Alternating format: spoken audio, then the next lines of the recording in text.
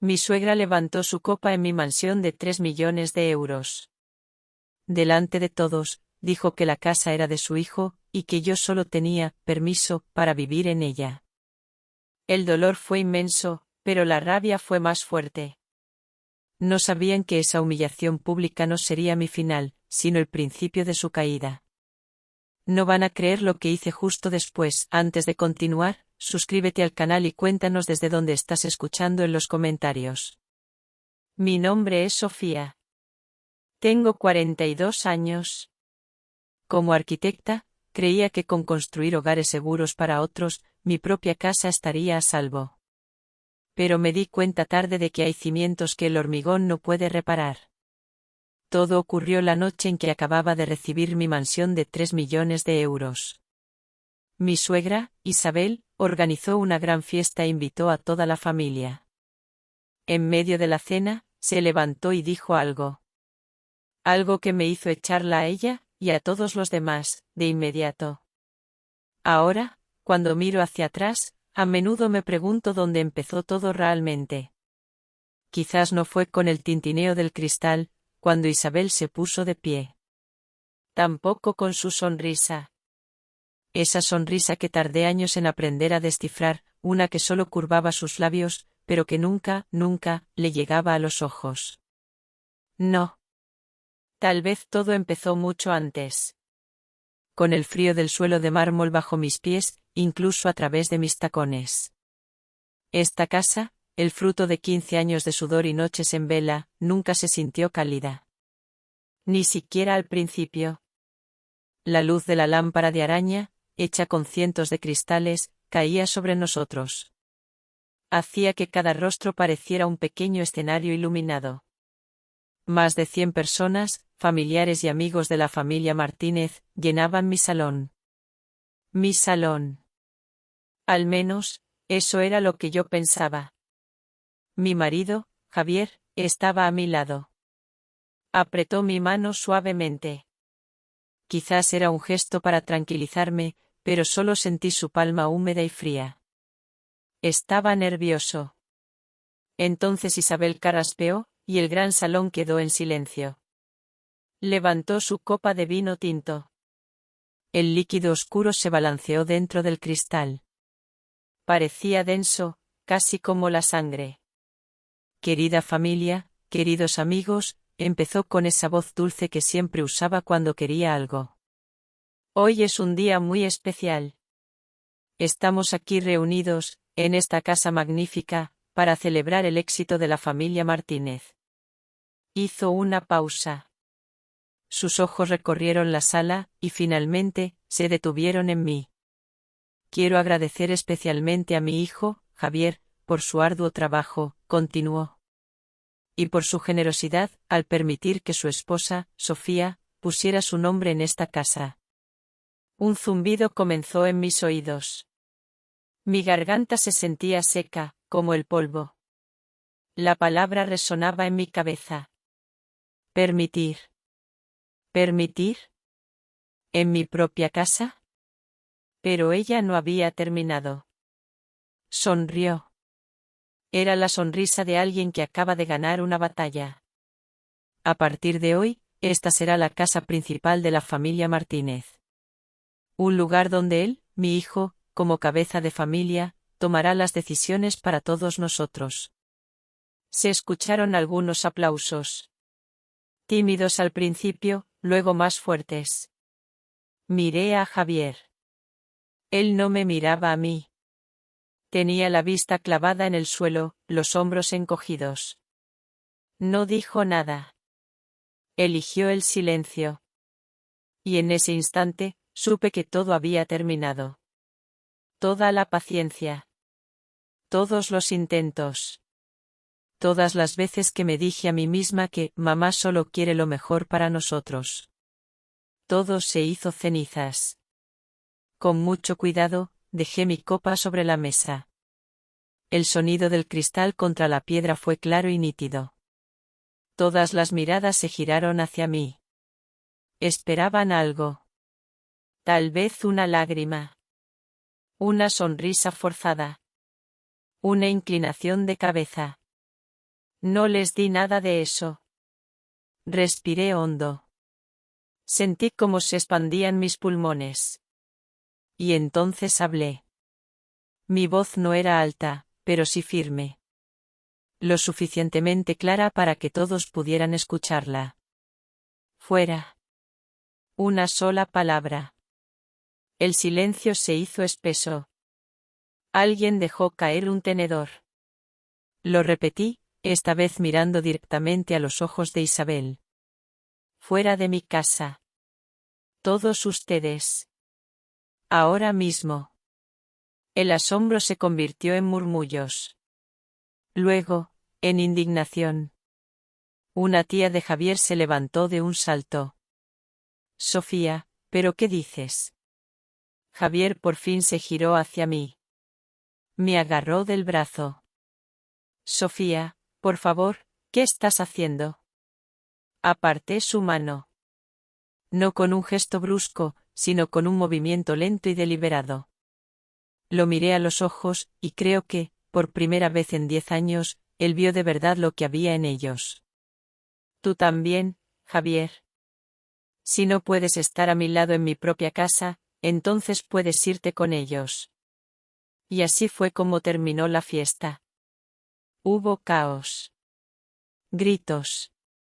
Sillas arrastradas. Pero yo ya no escuchaba nada. Me quedé allí, inmóvil, viéndolos pasar a mi lado, uno por uno, hasta salir por la puerta de roble cuyo diseño yo misma había elegido. El último en irse fue Javier.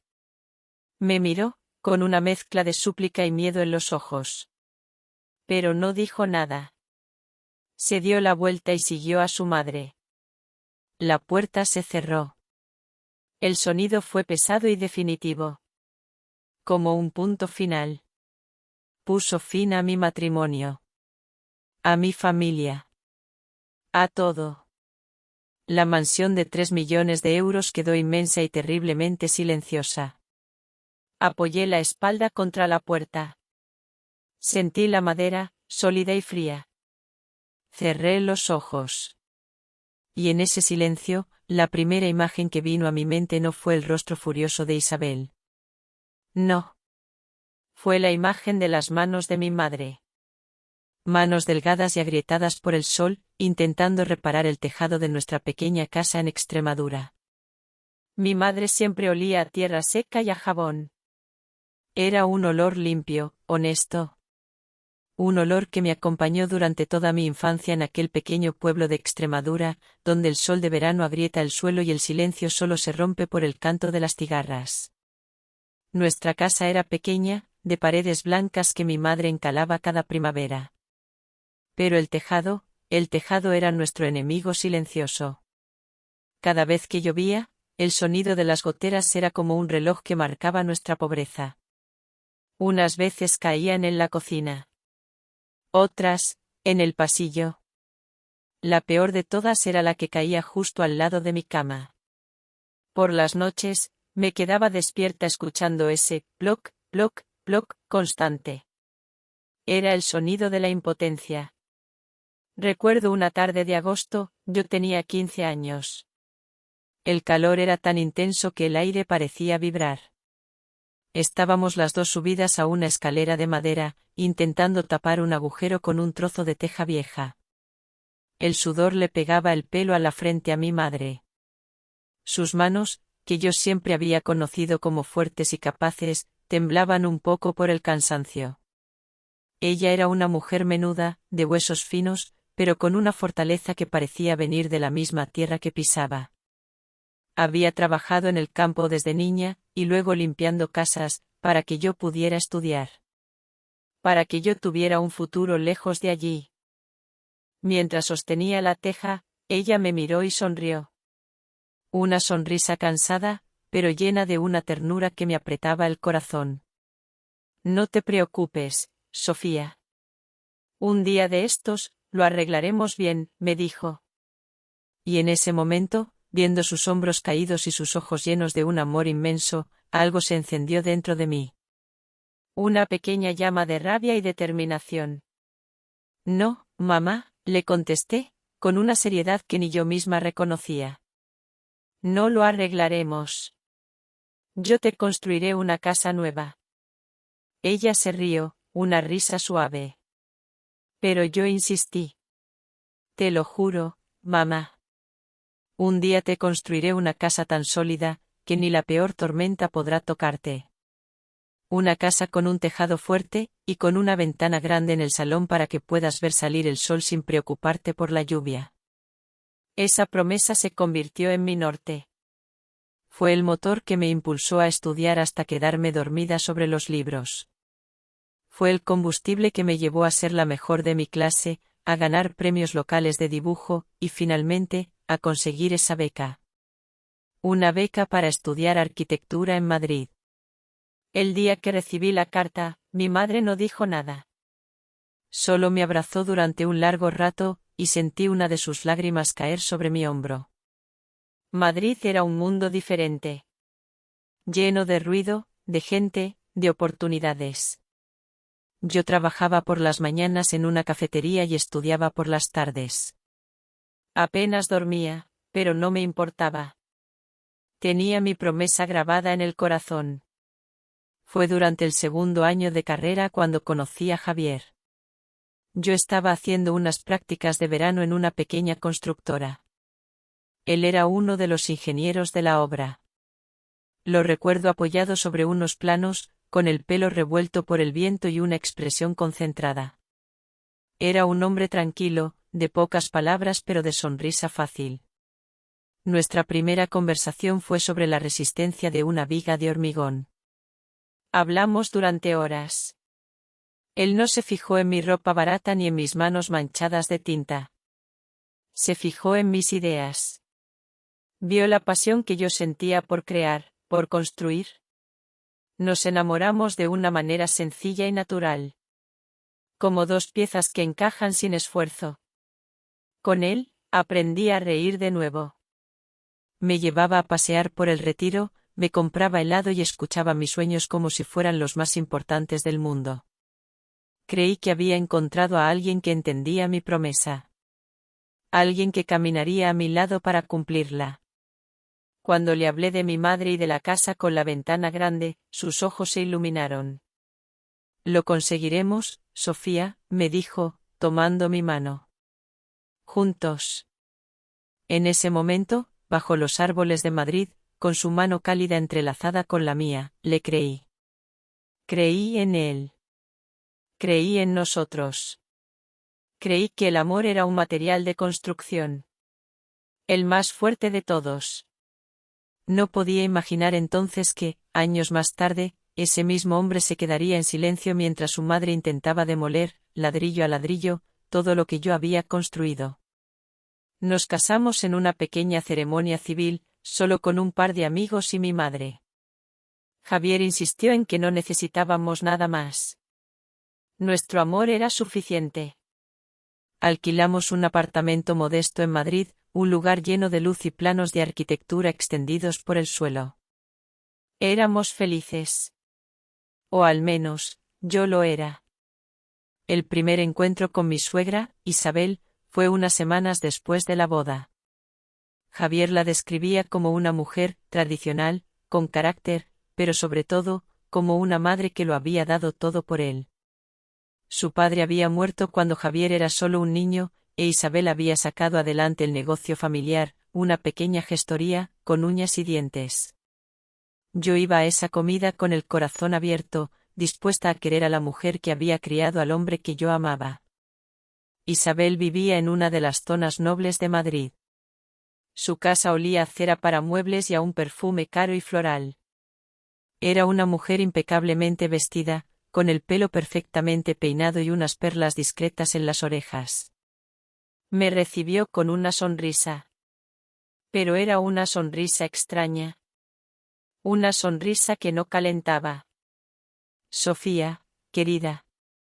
Por fin, dijo, dándome 2 besos al aire, sin que sus mejillas rozaran las mías. Javier me ha hablado mucho de ti. Tienes mucha suerte de haberlo encontrado. Mucha suerte. No dijo que él tuviera suerte, sino que la tenía yo. Fue la primera señal. Un pequeño detalle, casi insignificante. Pero lo noté. Durante la comida, sus preguntas eran como pequeños alfileres. Siempre educadas, siempre con una sonrisa. ¿Y tu familia es de Extremadura? Ah, qué bien. Siempre he pensado que es una tierra con mucho encanto, rústico. Javier me dice que eres muy trabajadora. Eso está muy bien en una mujer. Siempre y cuando no descuide su hogar, claro. Cada palabra parecía un cumplido, pero dejaba un regusto amargo. Era como si estuviera evaluándome. Midiéndome. Y yo, por supuesto, no daba la talla. Mientras recogía los platos, me miró de arriba abajo. Yo llevaba un vestido sencillo que me había comprado para la ocasión. Es un vestido, simple, comentó, como si pensara en voz alta. Pero no te preocupes. Con el tiempo, aprenderás a vestir acorde a la familia Martínez. Esa noche, cuando se lo conté a Javier, él se rió. Eres demasiado sensible, Sofía. Mamá es así. Directa. Pero solo quiere lo mejor para nosotros. Solo quiere lo mejor para nosotros.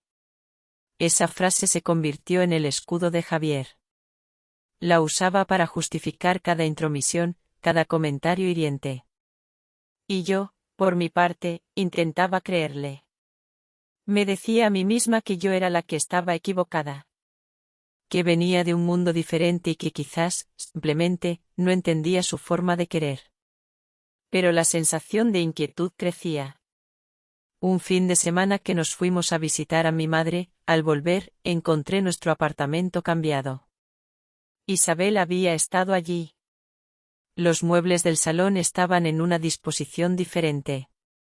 Mis libros de arquitectura, que siempre estaban sobre la mesa de centro, ahora estaban apilados en una estantería en el pasillo. Incluso las tazas de la cocina estaban en otro armario. Llamé a Javier, que aún estaba aparcando el coche. Cuando entró y vio mi cara, supo que algo pasaba. Mamá ha estado aquí, le dije, con la voz temblorosa. Él suspiró. Me llamó. Dijo que quería darnos una sorpresa. Ayudarnos a organizar el espacio para que sea más funcional. ¿Funcional? Javier, esta es nuestra casa. No puede entrar y cambiarlo todo sin nuestro permiso. Sofía, por favor. Solo intentaba ayudar. Me tomó por los hombros. Es su manera de demostrar que le importamos. No le des más importancia. No le des más importancia. Esa noche no pude dormir. Me quedé sentada en el sofá, en la oscuridad, mirando los muebles que ya no sentía míos. No era por los muebles. Era por el mensaje que había detrás. El mensaje era claro, este no era mi espacio. Yo era una invitada en mi propia casa, en mi propia vida. Y las reglas, las ponía ella. Comencé a sentirme como si caminara sobre una fina capa de hielo. Siempre alerta. Siempre midiendo mis palabras, mis gestos. El apartamento, que antes era mi refugio, se convirtió en un territorio vigilado. Y el silencio de Javier, su incapacidad para poner límites, se convirtió en una pequeña grieta entre nosotros. Una grieta que, con el tiempo, se haría tan grande que acabaría por tragárselo todo. A veces, la frontera entre el cariño y el control es muy delgada. ¿Alguna vez han estado en una situación parecida, donde la amabilidad de alguien les hace sentir que les falta el aire? Dejen un comentario aquí abajo, compartan su historia. Porque a veces, saber que no estamos solos ya es un consuelo. Y no olviden suscribirse al canal, para acompañarme hasta el final de este viaje y descubrir si el silencio es siempre la mejor opción. Mi carrera despegó. Mi nombre empezó a sonar en el sector. Gané un par de premios, y con ellos llegó una oportunidad que no podía rechazar, dirigir el diseño de interiores de un hotel de lujo en Dubái. Era un proyecto de 2 años. 2 años lejos de casa. Lejos de Javier. Hablamos durante noches enteras. Yo tenía miedo de la distancia. Él me animó a aceptar. Me dijo que estaba orgulloso de mí, que era una oportunidad única. Vea por ello, Sofía. Yo te esperaré, me prometió. Y una parte de mí, la que todavía recordaba al joven ingeniero que conocí en una obra, le creyó. Dubái era un mundo de arena y cristal. Un lugar de ambiciones desmedidas, construido sobre el desierto. El trabajo era exigente. Agotador. Las jornadas eran de 12, 14, a veces 16 horas. Vivía entre planos, muestras de materiales y reuniones en inglés. Era la única mujer en un equipo de 20 hombres. Cada día sentía que tenía que demostrar el doble que ellos. Que mi lugar allí no era un regalo, sino una conquista. Por las noches, llegaba a mi pequeño apartamento de servicio y lo único que me apetecía era ducharme y dormir. Pero antes, siempre llamaba a Javier. Al principio, nuestras conversaciones eran largas. Le contaba los detalles del proyecto. Él me contaba su día en la oficina. Nos decíamos, te quiero, y te echo de menos. Eran el ancla que me mantenía a flote en ese océano de soledad. Pero poco a poco, las llamadas se fueron haciendo más cortas. Más distantes. Notaba un cambio en su voz. Un tono de reproche que no estaba allí antes. Otra vez trabajando hasta tarde, Sofía, me preguntaba. ¿Has hablado con mamá? Está preocupada. Dice que no te cuidas. La sombra de Isabel se extendía, incluso a miles de kilómetros de distancia. Su voz se colaba en nuestras conversaciones a través de la boca de su hijo. Javier empezó a hablar de mi trabajo no como un éxito, sino como un obstáculo. Como algo que nos estaba separando. Y quizás lo era. Pero también era lo que nos iba a dar un futuro. El futuro que yo había soñado para nosotros. Y para mi madre. Recuerdo una noche especialmente dura. Hubo un problema grave con uno de los proveedores. Un retraso que amenazaba con paralizar toda la obra. Tuve que quedarme en la oficina toda la noche, buscando una solución. A las 5 de la mañana, exhausta pero con un plan, lo conseguí. Me sentí eufórica. Orgullosa. Lo primero que hice fue llamar a Javier para contárselo. Él contestó, con la voz pastosa de sueño. Le conté mi pequeña victoria. Esperaba una palabra de ánimo. En su lugar, hubo un silencio. Y luego, un suspiro. Sofía, ¿te das cuenta de la hora que es? Algunos tenemos que trabajar por la mañana. Y colgó. Esa noche lloré por primera vez desde que llegué a Dubái. Lloré por el cansancio, por la soledad. Y por la grieta que sentía abrirse entre Javier y yo. Una grieta que yo intentaba cruzar cada noche con una llamada telefónica, pero que cada vez se hacía más ancha. El punto de inflexión fue una Nochebuena. Yo estaba en mi apartamento, cenando una ensalada precocinada mientras veía las luces de la ciudad por la ventana. Hice una videollamada con Javier. Él estaba en casa de Isabel. Pude ver a toda la familia Martínez reunida alrededor de una mesa llena de comida. Reían. Cantaban villancicos. Por un momento, sentí una punzada de nostalgia tan fuerte que casi me quedo sin aire. Isabel se acercó a la cámara. Sofía, querida, feliz Navidad. Te echamos de menos. Aunque no tanto como tu marido, pobrecito. Javier forzó una sonrisa. Se le notaba incómodo. Cuando su madre se fue, me miró a través de la pantalla. Yo estaba agotada. Llevaba el cansancio de todo un año en los ojos. ¿Estás bien?, le pregunté. Él no contestó directamente. Desvió la mirada. Todo el mundo aquí pregunta por ti. Preguntan por qué una mujer abandona a su marido de esta manera. Sus palabras. No las de Isabel. Las suyas. Me quedé helada. No supe qué decir. Solo apagué la llamada. Cuando el proyecto de Dubái terminó, me ofrecieron otro, esta vez en Londres. Un rascacielos. Era el sueño de cualquier arquitecto. Dudé. Pero luego pensé en la promesa que le hice a mi madre. Y pensé en la conversación de Nochebuena. Y me di cuenta de algo.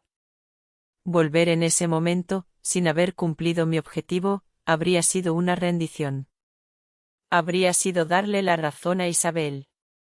Y a la nueva voz que habitaba dentro de Javier. Así que acepté. Fui a Londres. Trabajé aún más duro. Ahorré cada euro.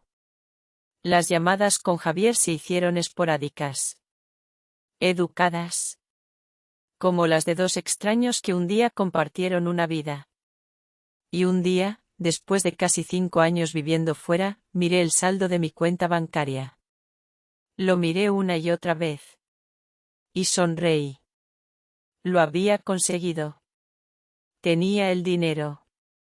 El dinero para la casa. La casa con el tejado fuerte y la ventana grande. Decidí volver a España. Volver a casa. Tenía la ingenua esperanza de que, con el sueño cumplido, podría reconstruir mi matrimonio. Podría recuperar al Javier del que me había enamorado. Regresé a Madrid con la sensación de ser una extraña en mi propia vida.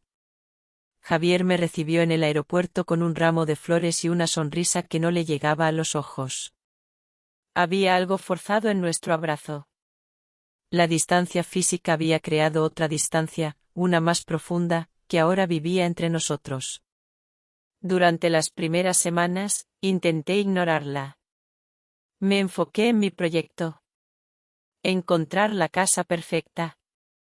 Después de meses de búsqueda, la encontré. Era una mansión moderna en una urbanización a las afueras de Madrid. Tenía paredes de cristal, un jardín con olivos y, lo más importante, un salón inmenso con un ventanal que se abría al amanecer. Justo como se lo había prometido a mi madre. Pagué la entrada. Firmé los papeles. Usé hasta el último céntimo de los ahorros de mi vida. Todo el dinero que había ganado en Dubái y Londres. Cuando tuve las llaves en la mano, sentí un temblor de pura felicidad. Por fin. Era real. Era mío. La primera persona a la que llamé fue a mi madre. Lloró al otro lado del teléfono. Ya te puedes venir a vivir conmigo, mamá, le dije. Ya no hay goteras. Mi felicidad, sin embargo, duró poco. Cuando le enseñé la casa a Javier, su reacción fue extraña. Se paseó por las habitaciones vacías, con las manos en los bolsillos. Es grande, Sofía, dijo. No había alegría en su voz. Solo una especie de asombro distante, como si estuviera viendo la casa de otra persona. Ese fin de semana, fuimos a comer a casa de Isabel. Le di la noticia. Le enseñé las fotos.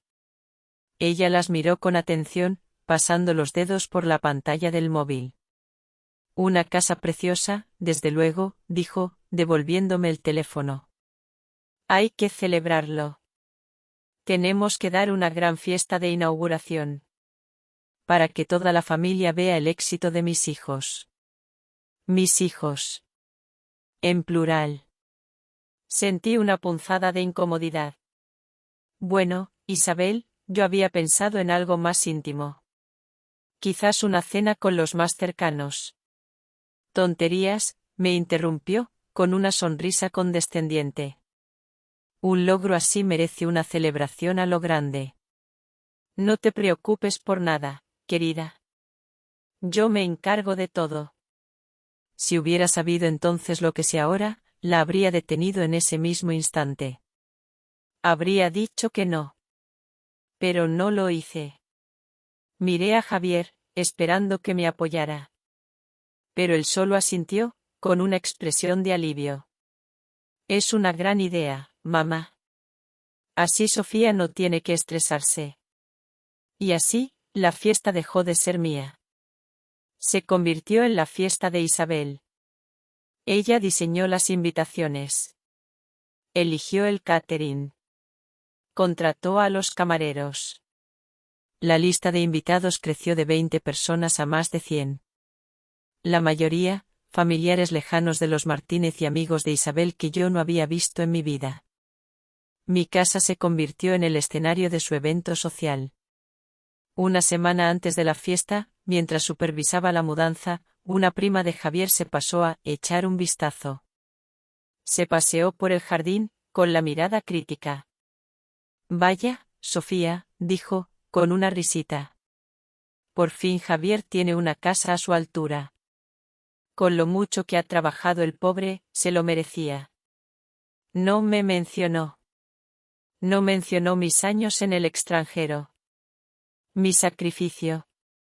Para ella, y para el resto de la familia, esta casa era, de alguna manera, de Javier. Yo era simplemente la mujer que vivía en ella. La noche de la fiesta, me sentía como una actriz en una obra que no era la mía. Llevaba un vestido elegante, sonreía a los invitados, pero por dentro, una alarma no dejaba de sonar. El ambiente era festivo, pero falso. Las risas sonaban demasiado altas. Los cumplidos sobre la casa siempre iban dirigidos a Javier o a la familia. Yo no era más que una espectadora. Vi a Isabel moverse por el salón, saludando a la gente, aceptando felicitaciones como si fuera la anfitriona. La dueña. Cada gesto suyo, cada palabra, era parte de un plan cuidadosamente orquestado. Yo aún no lo sabía, pero no era una fiesta de inauguración. Era una emboscada. Una trampa. La casa no era una celebración. Era un caballo de Troya.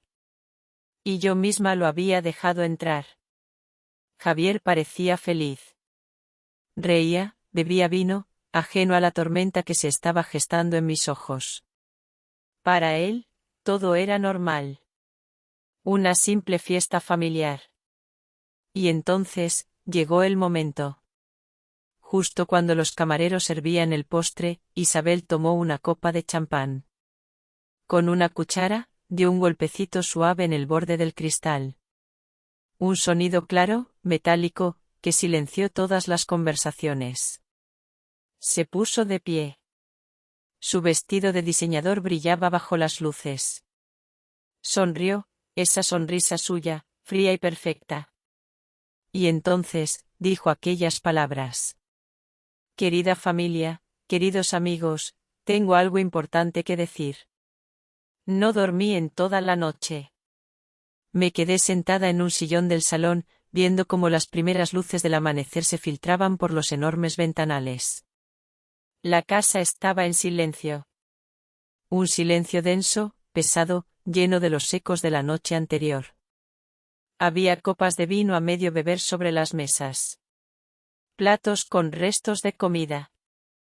Era como el escenario de una batalla después de que todos se han marchado. A las 8 de la mañana, escuché un ruido en la entrada. Era Javier. Había vuelto. No sabía dónde había pasado la noche. Y en ese momento, descubrí que no me importaba. Entró en el salón. Tenía la misma ropa de la fiesta, ahora arrugada. Sus ojos estaban rojos e hinchados. Parecía un hombre derrotado. Se quedó de pie, a varios metros de mí, como si hubiera una pared invisible entre nosotros. Sofía, empezó, con la voz ronca. He hablado con mamá. Está destrozada. No contesté. Solo lo miré, esperando. No entiende cómo has podido hacerle algo así. Humillarla delante de toda la familia.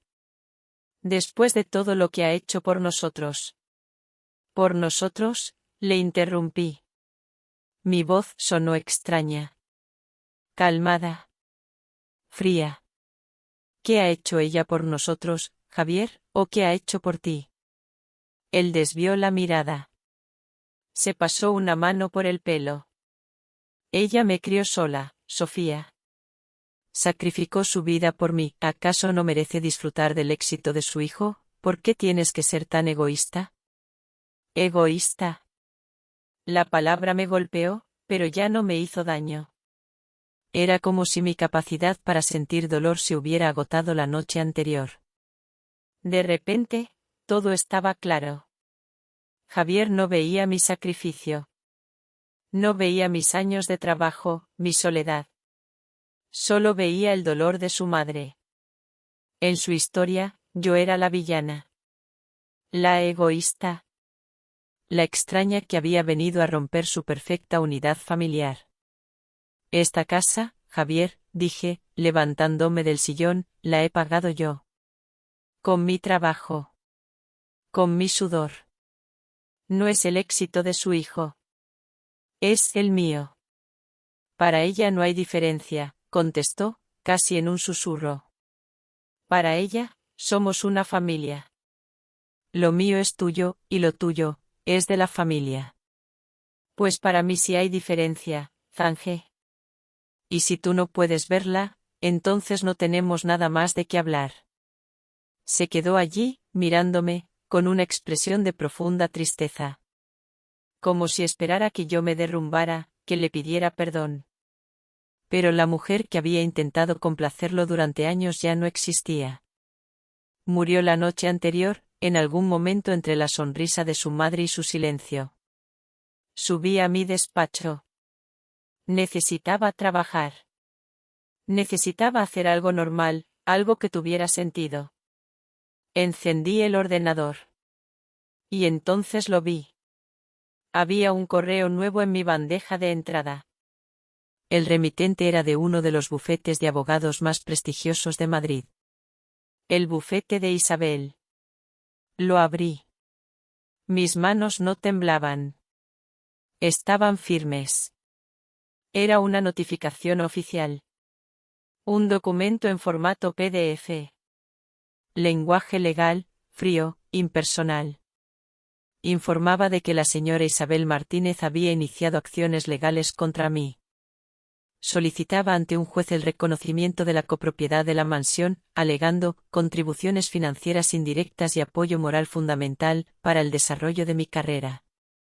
Argumentaba que, sin la estabilidad emocional que su hijo me proporcionó, gracias a su crianza, yo nunca habría alcanzado el éxito necesario para adquirir la propiedad.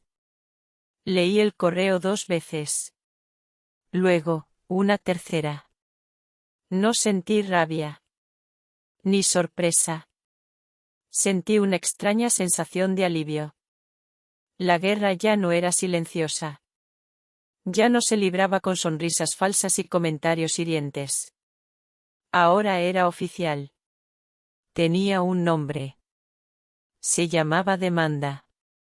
Cerré el correo de su abogado. Abrí uno nuevo. Busqué en mis contactos. Encontré el número que necesitaba. El de un antiguo profesor de la universidad, un hombre mayor y sabio que ahora tenía su propio despacho, el señor Morales. Un hombre que me enseñó una vez que la estructura más importante de un edificio es su cimiento. Marqué el número. Me contestó él mismo. Señor Morales, soy Sofía, dije, con la voz firme. Creo que voy a necesitar sus servicios. Sofía, qué alegría escucharte. ¿En qué puedo ayudarte?, preguntó con su tono amable de siempre. Mi suegra, respondí, mirando a través de la ventana el jardín silencioso. Mi suegra quiere quitarme mi casa. Los días que siguieron fueron extraños. Silenciosos. Javier se mudó a una de las habitaciones de invitados. Apenas nos cruzábamos por los pasillos de esa casa inmensa. Vivíamos bajo el mismo techo, pero entre nosotros había un océano de distancia. Yo me refugié en mi trabajo con el señor Morales, preparando la defensa. Recopilé contratos, transferencias bancarias, correos electrónicos. Cada documento era un ladrillo en el muro que estaba construyendo para proteger lo que era mío. Pensaba que la batalla se libraría en los juzgados, con papeles y argumentos legales. ¡Qué ingenua fui! Isabel no tenía intención de jugar limpio. Su verdadero ataque no iba dirigido a mi casa. Iba dirigido a mi honor. Empezó sutilmente. Una llamada de una tía de Javier. Sofía, querida, solo llamo para saber cómo estás. Hay rumores. La gente habla. Dicen que no se te veía muy feliz con Javier últimamente. Luego, un mensaje de una prima. Espero que todo se arregle. Aunque, bueno, supongo que 5 años sola en el extranjero dan para mucho, ¿verdad? Eran pequeñas gotas de veneno. Insinuaciones. Semillas de duda que Isabel estaba plantando cuidadosamente en la mente de toda su familia. Y, por supuesto, en la mente de su hijo. El golpe final llegó una tarde de martes. Yo estaba en mi despacho, revisando unos planos. Javier entró sin llamar. No dijo nada. Simplemente, tiró un sobre grande de papel manila sobre mi escritorio.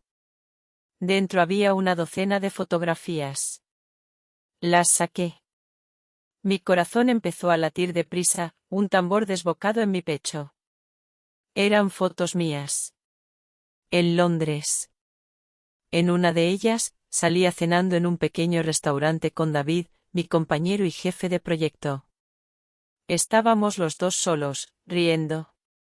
La foto estaba tomada desde lejos, a través de la ventana, lo que le daba un aire clandestino.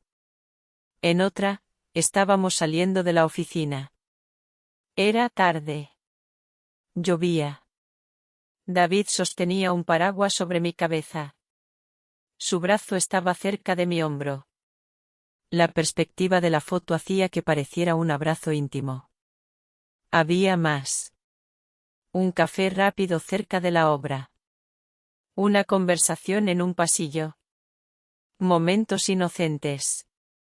Fragmentos de una relación profesional, de dos compañeros de trabajo agotados. Pero sacados de contexto, manipulados por un objetivo malicioso, parecían otra cosa.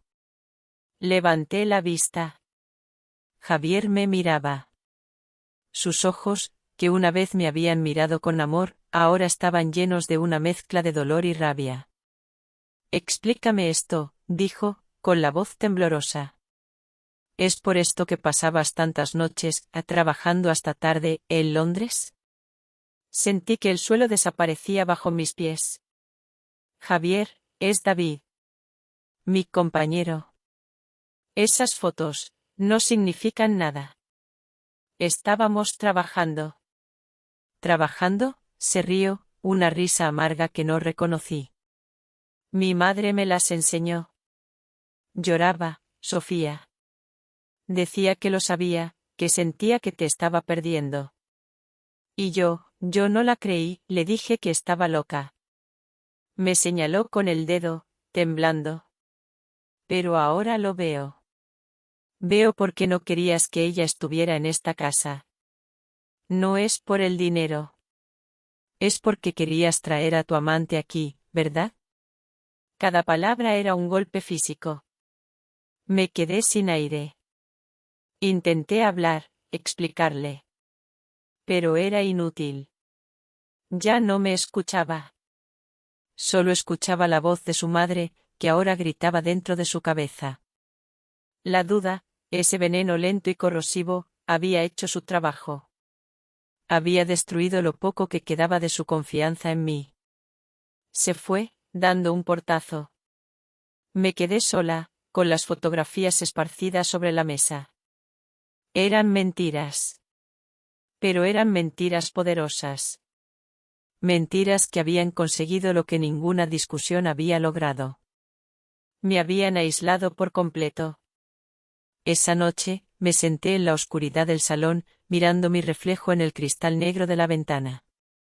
Vi a una mujer sola. Una mujer a la que le habían arrebatado no solo su paz, sino también su reputación. Y me di cuenta de que a Isabel no le bastaba con ganar. Quería destruirme. Quería que, cuando saliera de esa casa, no me quedara nada. Ni siquiera mi dignidad. En ese momento, me sentí más sola que nunca, ahogada por un mar de mentiras.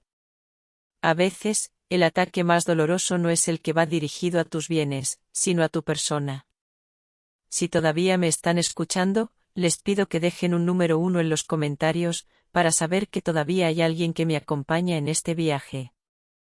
Su presencia en el canal Corazones de Millonarios es el mayor aliento para seguir contando el final de esta historia, para encontrar una luz en la más profunda de las oscuridades. Pasé la noche en vela, rodeada por esas fotografías mentirosas. Las miraba una y otra vez, y sentía como me robaban el aire. El plan de Isabel era brillante en su crueldad. Sabía que nadie creería a una esposa infiel. Quería convertirme en una apestada, en alguien cuya palabra no valía nada. Y casi lo consigue. Casi. Al amanecer, con los ojos hinchados de no dormir, algo dentro de mí hizo clic. El dolor no desapareció, pero se transformó. Se convirtió en una rabia fría y afilada. Me levanté, me duché y me vestí con mi mejor traje, como si me preparara para la reunión más importante de mi vida. Y, en cierto modo, lo era. Me senté en mi despacho y lo primero que hice fue llamar al señor Morales. Le conté lo de las fotos, con la voz firme, sin quebrarme. Escuchó en silencio, como siempre. Entiendo, Sofía, dijo al terminar yo. Es un golpe bajo. Pero no es un golpe mortal. La verdad es tu mejor arma. ¿Puedes demostrar que tu relación con ese hombre era estrictamente profesional? Sí, contesté sin dudar. Tengo correos, calendarios de reuniones. Bien. Pero necesitaremos más que eso, me interrumpió. Necesitaremos un testigo. ¿Crees que él estaría dispuesto a testificar? Esa era la pregunta clave. David. Hacía meses que no hablaba con él. No sabía cómo iba a reaccionar al verse envuelto en un drama familiar tan sórdido. Pero no tenía otra opción. Busqué su número. Marqué. El teléfono sonó 1, 2, 3 veces. Mi corazón latía con fuerza. Y entonces, escuché su voz, con su reconocible acento británico. ¿Sofía? ¡Qué sorpresa! Le expliqué la situación. Fui directa. Le hablé de la demanda, de mi suegra, y finalmente, de las fotografías. Se hizo un silencio al otro lado de la línea. Un silencio que me pareció eterno. Pensé que iba a decirme que lo sentía, pero que no quería problemas. Pero entonces, se rió. Una risa seca, incrédula. Sofía, dijo, por supuesto que te ayudaré.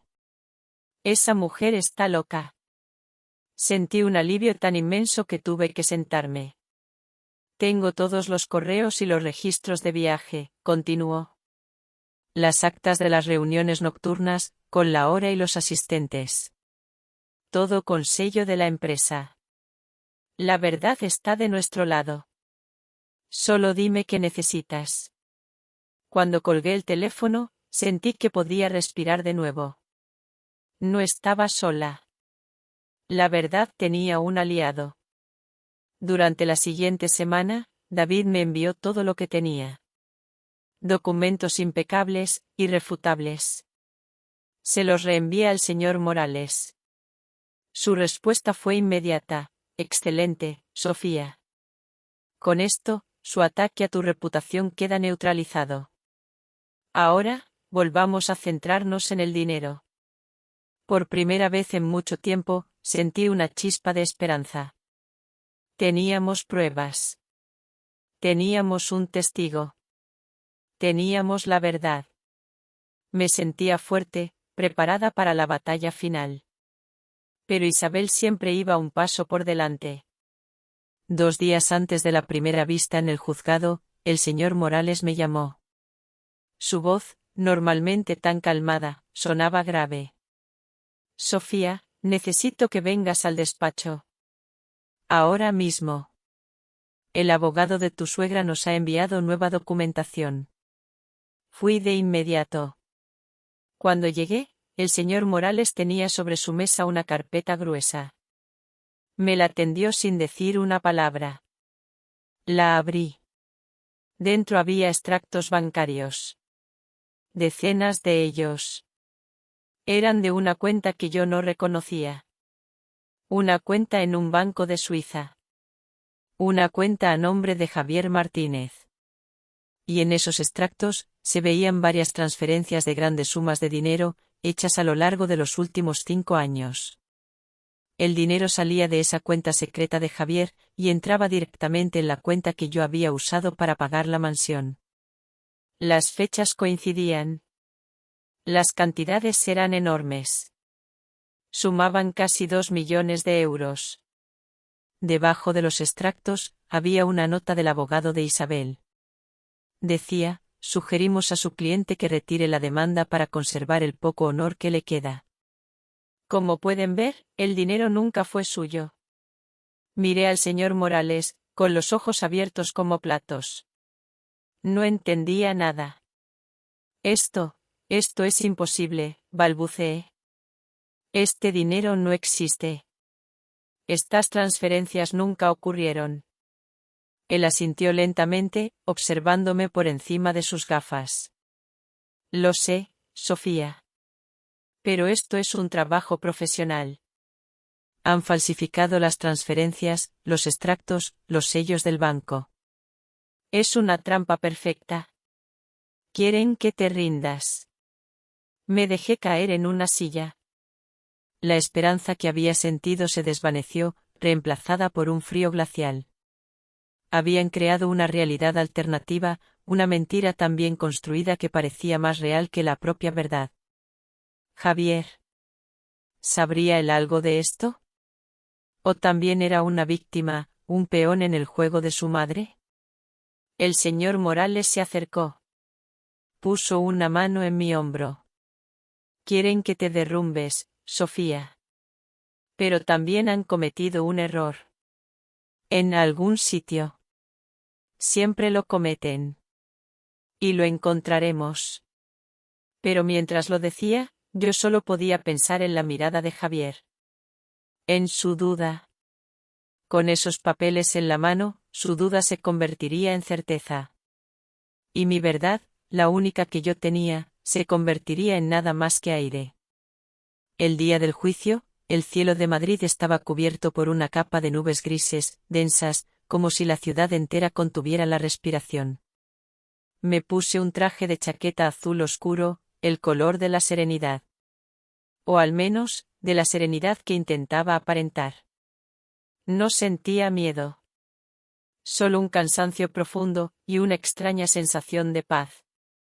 Había hecho todo lo que estaba en mi mano. Ahora, solo quedaba esperar. La sala del juzgado era más pequeña de lo que había imaginado.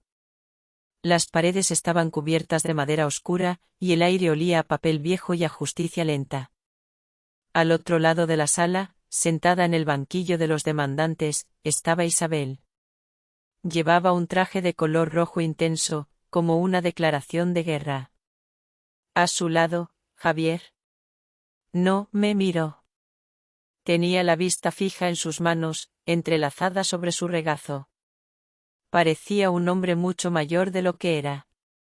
Yo me senté junto al señor Morales. Él me dio una palmada suave en el brazo. Tranquila, Sofía.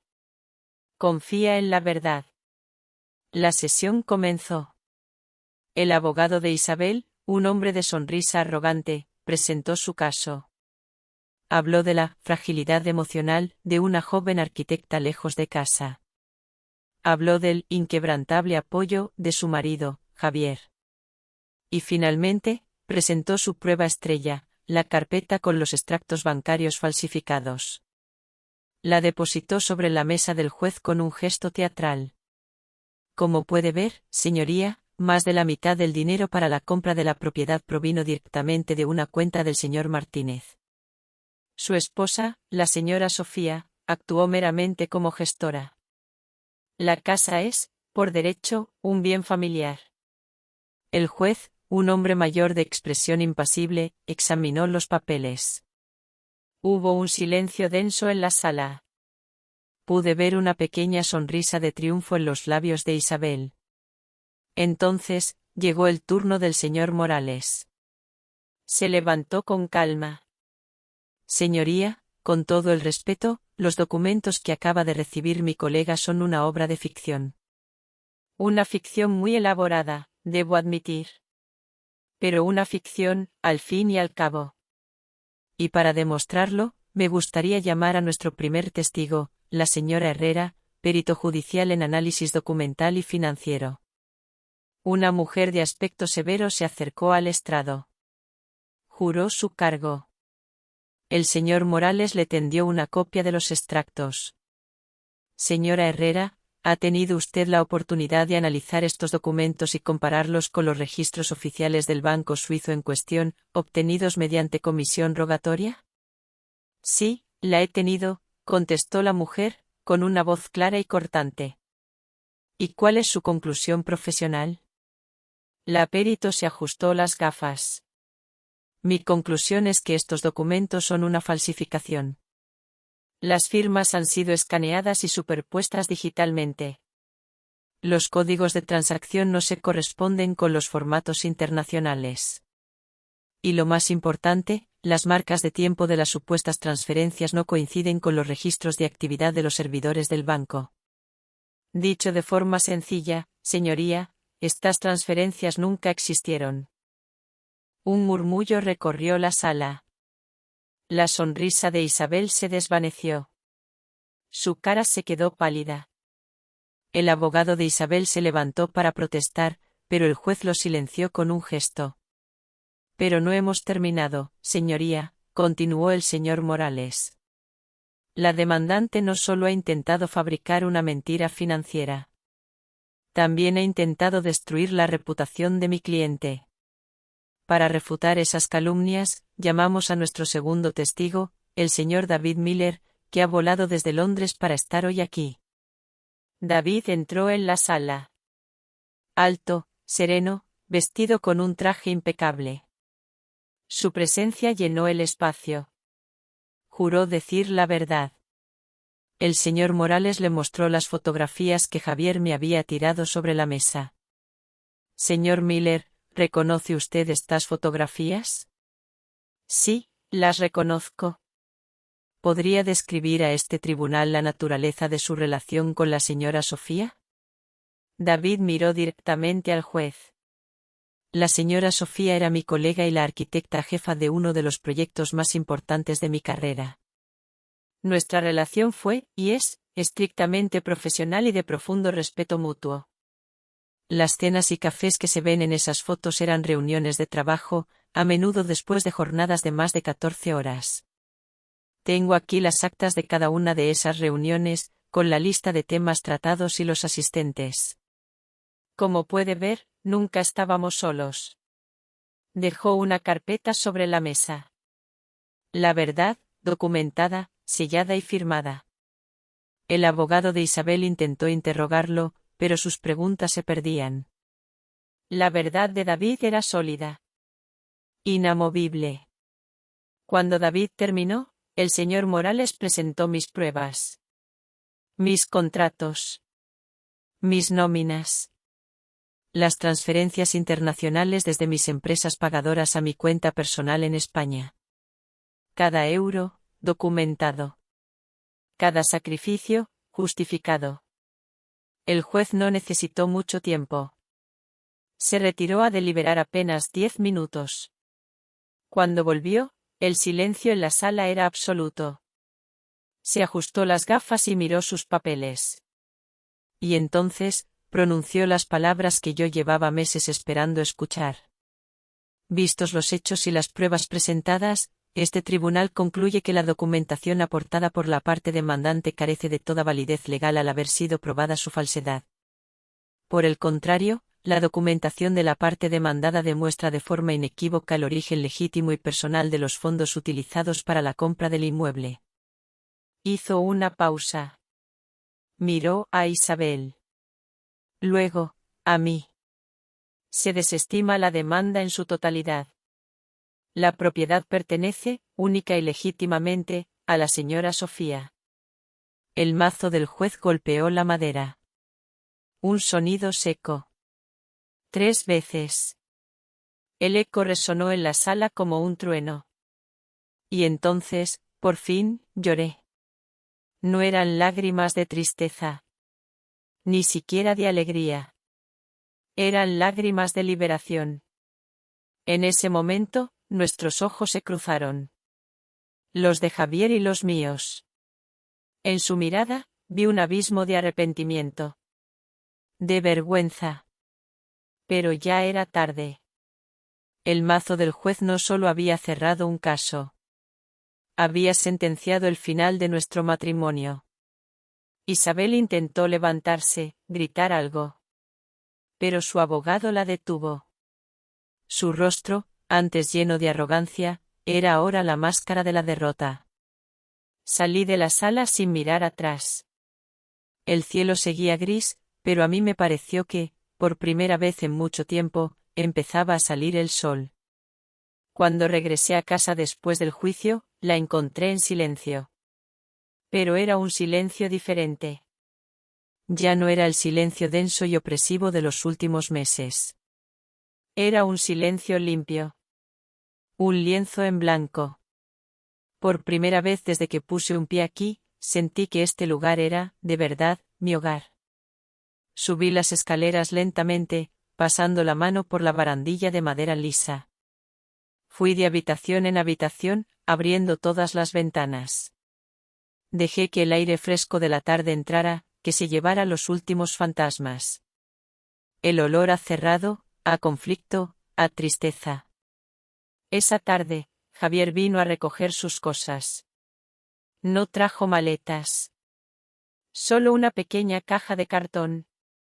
Entró en la que había sido nuestra habitación y, en menos de 10 minutos, había guardado lo poco que quedaba de su vida allí, un par de libros, algunas fotos viejas, un reloj que le regalé en nuestro primer aniversario. Nos encontramos en el salón. Se quedó de pie junto a la puerta, igual que la noche de la fiesta. Pero esta vez, no había nadie detrás de él. Estaba solo. Sofía, dijo, y su voz sonaba cansada. Cansada de todo. Me voy a casa de mi madre por un tiempo. Necesito pensar. Asentí. No había nada que decir. Él me miró, y por primera vez en mucho tiempo, vi en sus ojos una sombra del hombre del que me había enamorado. Una sombra de arrepentimiento. No sé quién tiene razón, Sofía, susurró, y esa fue su única confesión. Ya no sé nada. Solo sé que estoy roto. Se dio la vuelta y se fue. No le vi llorar, pero supe que lo estaba haciendo por dentro. Le vi marcharse por el camino de entrada, una figura solitaria que se alejaba de la casa de sus sueños. De la casa que, sin darse cuenta, él mismo había ayudado a convertir en una pesadilla. Cerré la puerta. Y esta vez, el sonido no fue un punto final. Fue el comienzo de un nuevo párrafo. Me quedé sola en mi mansión de 3 millones de euros. Los días siguientes, los dediqué a hacer mía la casa. Quité los muebles que había elegido Isabel. Pinté las paredes de colores cálidos. Y, en el salón, junto al gran ventanal, coloqué la butaca favorita de mi madre, que había traído desde el pueblo. Y fue allí, sentada en esa butaca, viendo el sol de la mañana inundar la estancia, donde por fin entendí todo lo que había pasado. Y las lecciones que esa dolorosa batalla me había dejado. Entendí el amor de una madre. El amor de Isabel por su hijo era feroz, posesivo. Un amor que, en su afán de proteger, acababa asfixiando. Comprendí que el amor de los padres no debe ser una jaula, por muy dorada que sea. Debe ser un par de alas. Para que los hijos puedan volar, incluso si deciden volar lejos. Entendí el significado de ser pareja. La familia en la que naces son tus raíces, te dan un anclaje. Pero la pareja que eliges, es la persona con la que construyes tu propio hogar. Ladrillo a ladrillo. Y cuando llegan las tormentas, si esa persona no está a tu lado sosteniendo el muro, sino al otro lado intentando derribarlo, entonces no estás construyendo un hogar. Estás viviendo en una ruina.